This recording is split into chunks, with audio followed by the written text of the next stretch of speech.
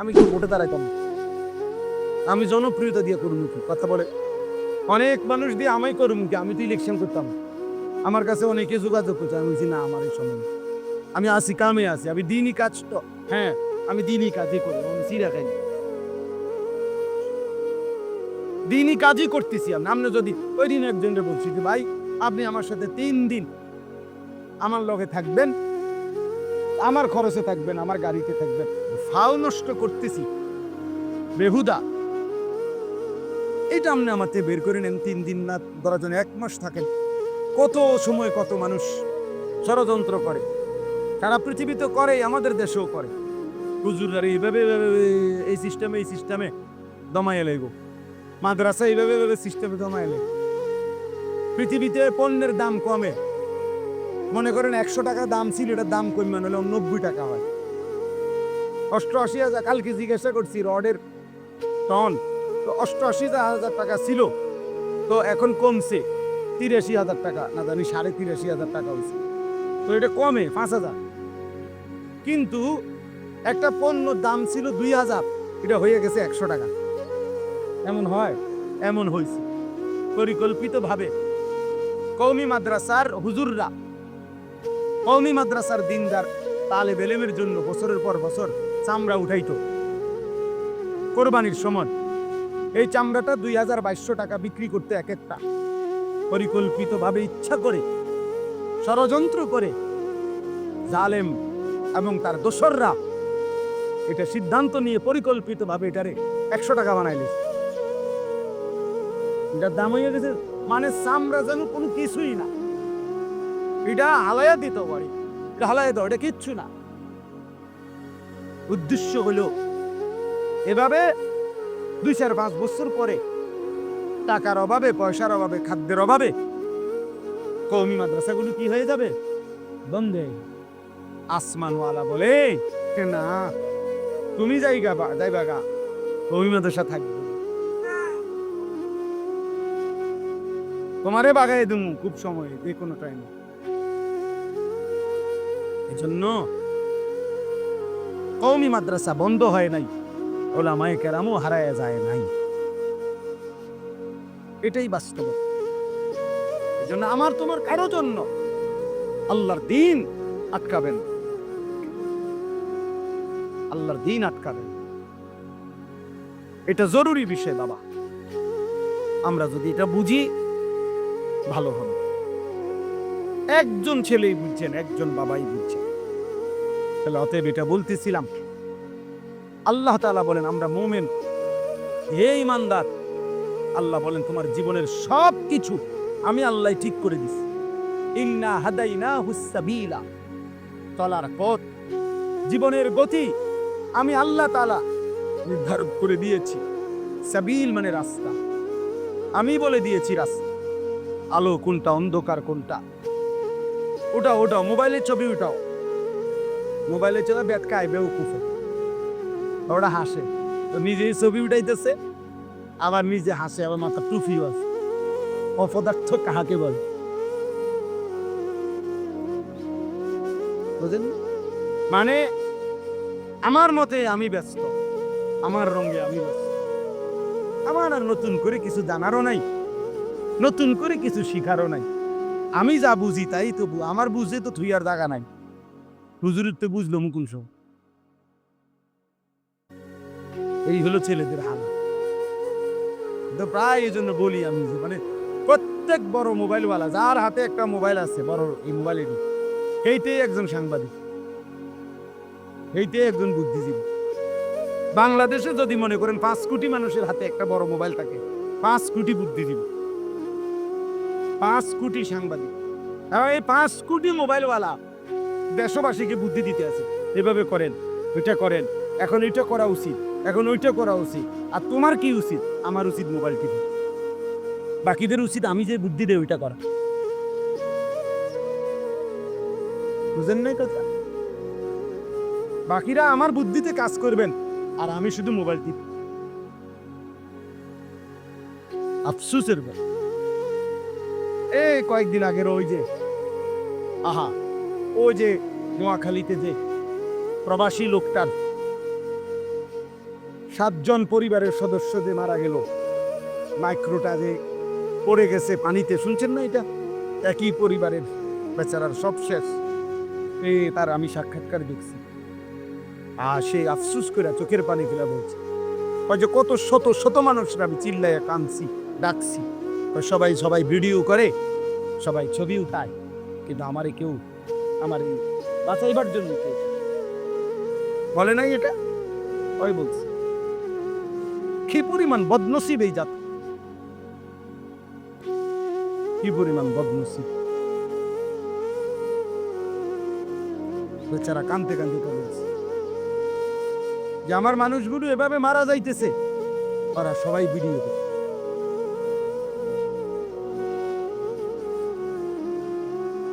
আল্লাহ আমাদেরকে হেফাজত। মাইলস্টোনের খবরের সময় আসছে না যে আপনার পানির বোতলের দাম দিয়ে 600 টাকা। কত বড় জালেম, কত বড় নিকৃষ্ট জানোয়ার, মানুষরূপী জানোয়ার,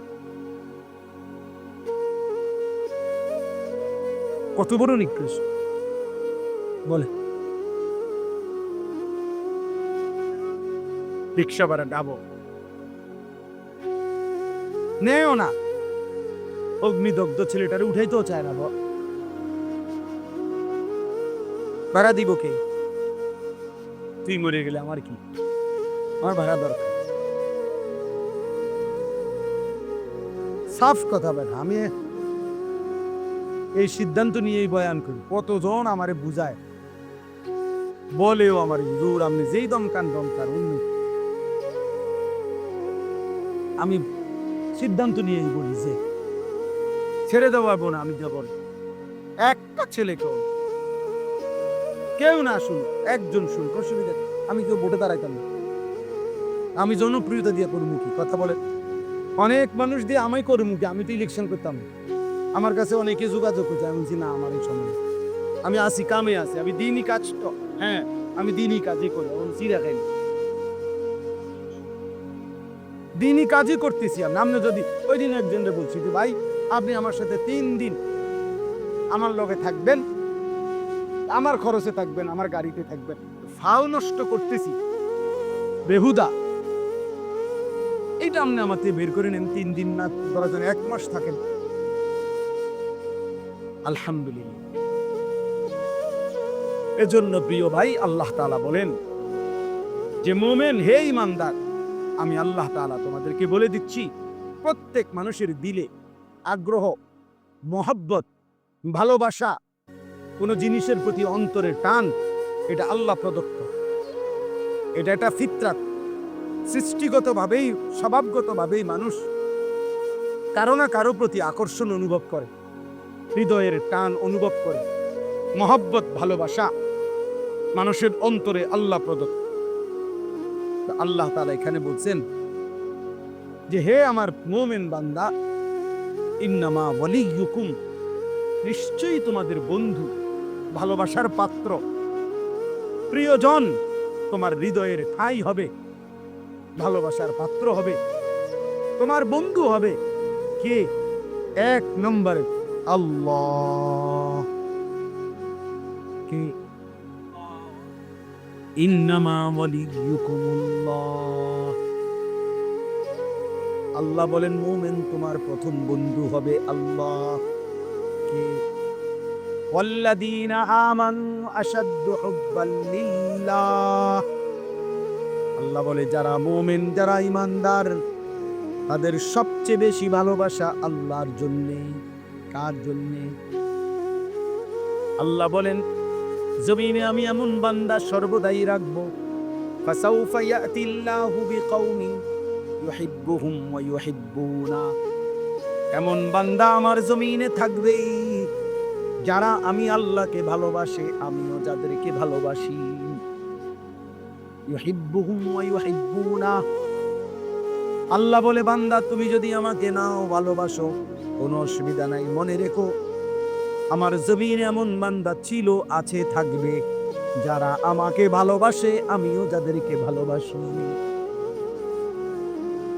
বান্দা বলবে জমিন থেকে, আল্লাহ আমি আপনাকে ভালোবাসি, আর শাজিমের মালিক আল্লাহ বলবে বান্দা আমিও তো তোকে ভালোবাসি।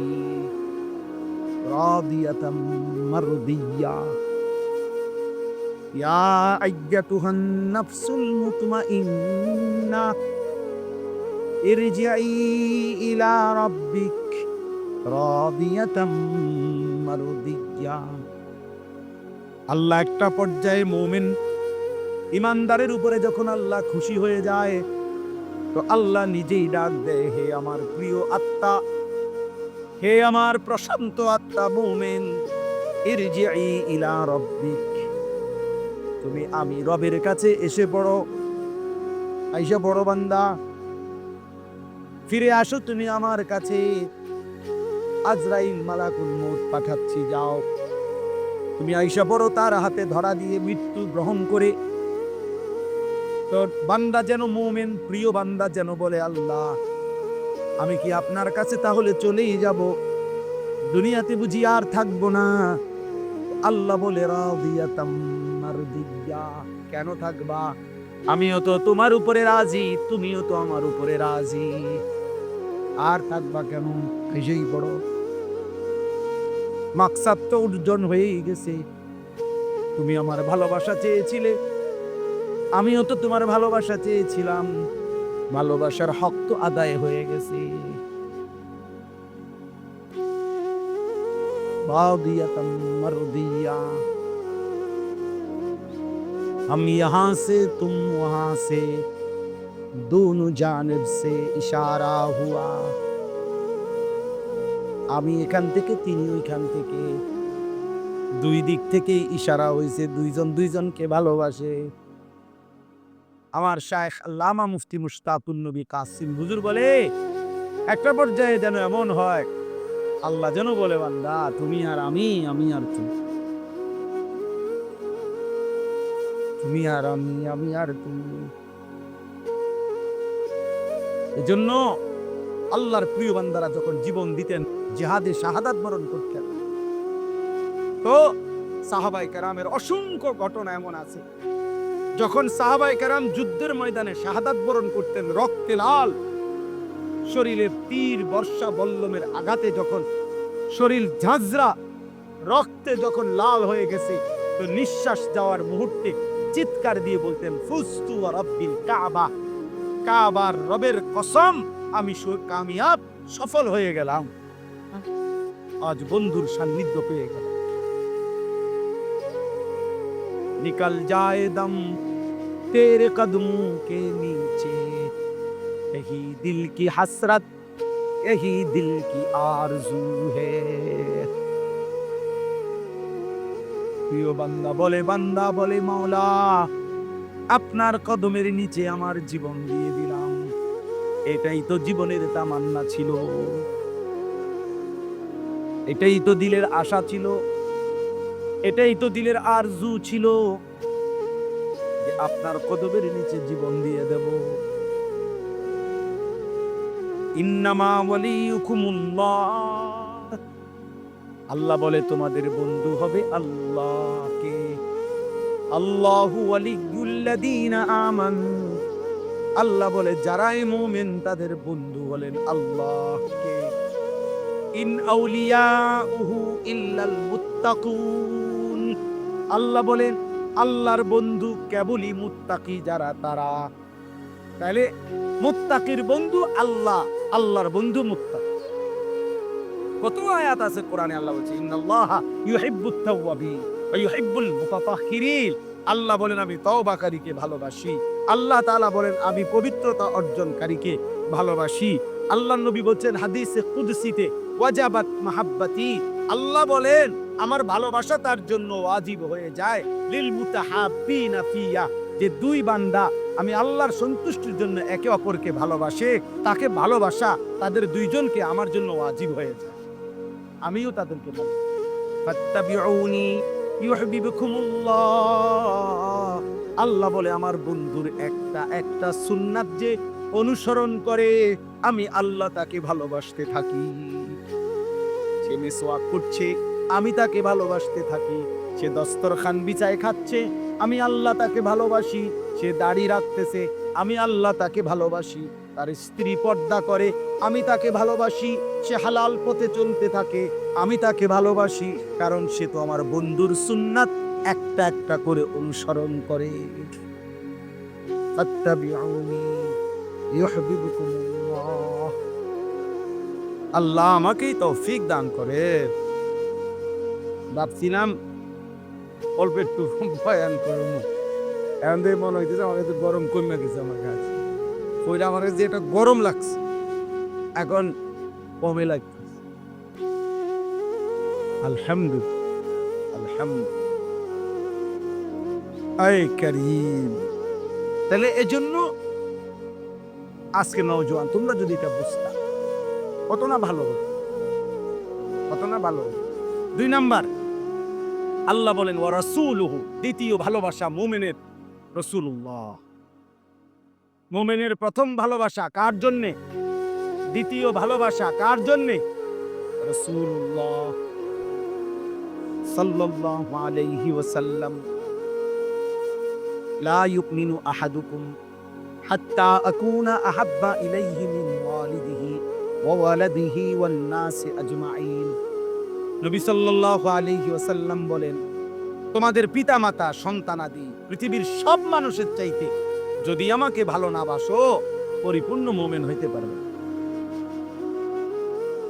হযরত ওমর রাদিয়াল্লাহু তাআলা আনহু বলেন, ইয়া রাসূলুল্লাহ, আমি সব কিছুর চাইতে আপনাকে ভালোবাসি, শুধু আমার জীবনটা নয়। ইল্লা মিন নাফসি, জানের চাইতে বেশি ভালোবাসি না, বাকি সব কিছুর চাইতে। নবীজি বলেন, লা লা ইয়া ওমর, না না ওমর, পূর্ণ মুমিন হও না। ফাওয়াল্লাযী নাফসি বিয়াদিহি হাত্তা আকুনা আহাব্বা ইলাইকা মিন নাফসি। আল্লাহর শপথ, যার হাতে আমি রাসূলের জীবন, যতক্ষণ না তোমার জানের চাইতে আমি বেশি মহব্বতের না হব, পরিপূর্ণ মুমিন হতে পারবে। তখন হযরত ওমর বলেন, ফাওয়াল্লাহ লা আনতা আহাব্বু ইলাইয়া মিন কুল্লি শাইইন হাত্তা মিন নাফসি। তাহলে এখনই ঘোষণা করলাম নবী, আল্লাহর কসম, আপনি আমার সবকিছুর চাইতেই বেশি প্রিয়, জানের চাইতেও বেশি প্রিয়। আপনি বলেন, এখন জান দিয়ে দেব। আল্লাহ নবী আল আনা যাও, ঠিক আছে ওমর, ওকে। এখন কি হলে? পূর্ণ মুমিন।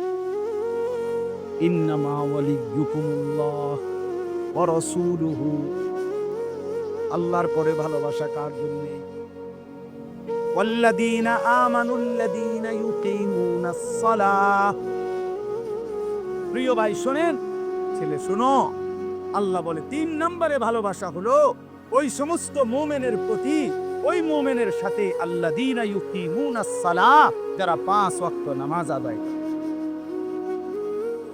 একজন ঈমানদার কোন বেনামাজি, ফাসিক, ওইরকম কোন নাফরমানকে ভালোবাসতে পারে না। মুসলমান হইলে পারে। সরাসরি কোরআনের আয়াত। আল্লাহ বলছে ঈমানদারের প্রথম ভালোবাসা আল্লাহর জন্য, দ্বিতীয় ভালোবাসা রাসূলুল্লাহ সাল্লাল্লাহু আলাইহি ওয়াসাল্লাম, তৃতীয় ভালোবাসা ওই মুমিনের জন্য যে মুমিন কি নামাজ বলেন না কি, ওয়ায়ুতুনাজ যাকাত, এবং যারা যাকাত দেয়, ওয়াহুম রাকিউন, যারা আল্লাহর প্রতি বিনম্র, আল্লাহর প্রতি অনুগত, আল্লাহর প্রতি ঝুঁকে থাকে। রুকু মানে কি? রুকু মানে তো মূলত কি? ঝুঁকা, ঝুঁকা। তো আল্লাহর দিকে যে কি থাকে, যে নামাজ আদায়, যে যাকাত আদায় করে, যে আল্লাহর দিকে ঝুঁকে থাকে, আল্লাহ বলেন সেই হবে মুমিনের বন্ধু।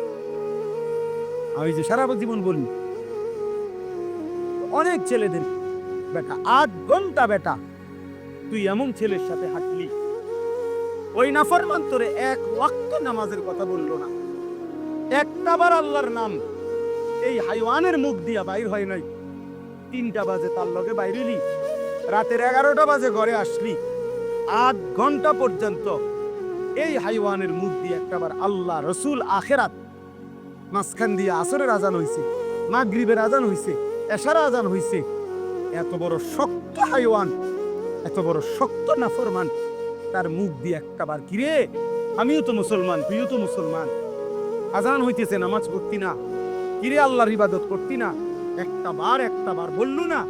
খোদার কসম এটা কোনো বন্ধু না, এটা শয়তান বেটা, এটা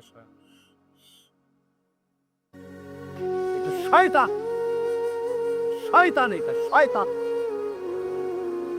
ওই নারী শয়তান, ওই মেয়ে শয়তান, ওই ছেলে শয়তান বেটা, যে তোকে আল্লাহ চিনান। ও আবার বন্ধু কিসের? ও কিসের বন্ধু? দুশ্মন। ও তো দুশ্মন, ও তো আদু মুবিন, ও তো প্রকাশ্য শত্রু। এজন্য এটা খেয়াল করো। আল্লাহ বলছেন ওয়াল্লাযীনা আমানুল্লাযীনা, আমি পাগল হয়ে গেছি যে এই আয়াত কইছে। তারে কয় কি আল্লাহ? আল্লাহ তো ভাঙ্গা কইছে, বাংলায় কইছে। এটা বাংলা আয়াত নয়, যেন এটা কি না, না এটা বাংলা নিয়ে, এটা নাযিল হইছে মনে বাংলা। এত সহজ কথা। ওয়াল্লাযীনা আমানুল্লাযীনা ইউকিমুনাস সালাহ। আল্লাহ বলছে মুমিনের বন্ধু হবে ওই মুমিন যে মুমিন নামাজি। লা তুসাহিব ইল্লা মুমিন, ইমানদার ছাড়া কাউকে বন্ধু বানায়ও না, নবী বলছে। ওয়ালা ইয়াকুল মালাকা ইল্লা তাকী, মুত্তাকি ছাড়া কাউরে মহব্বত কইরা খাওয়াইও না।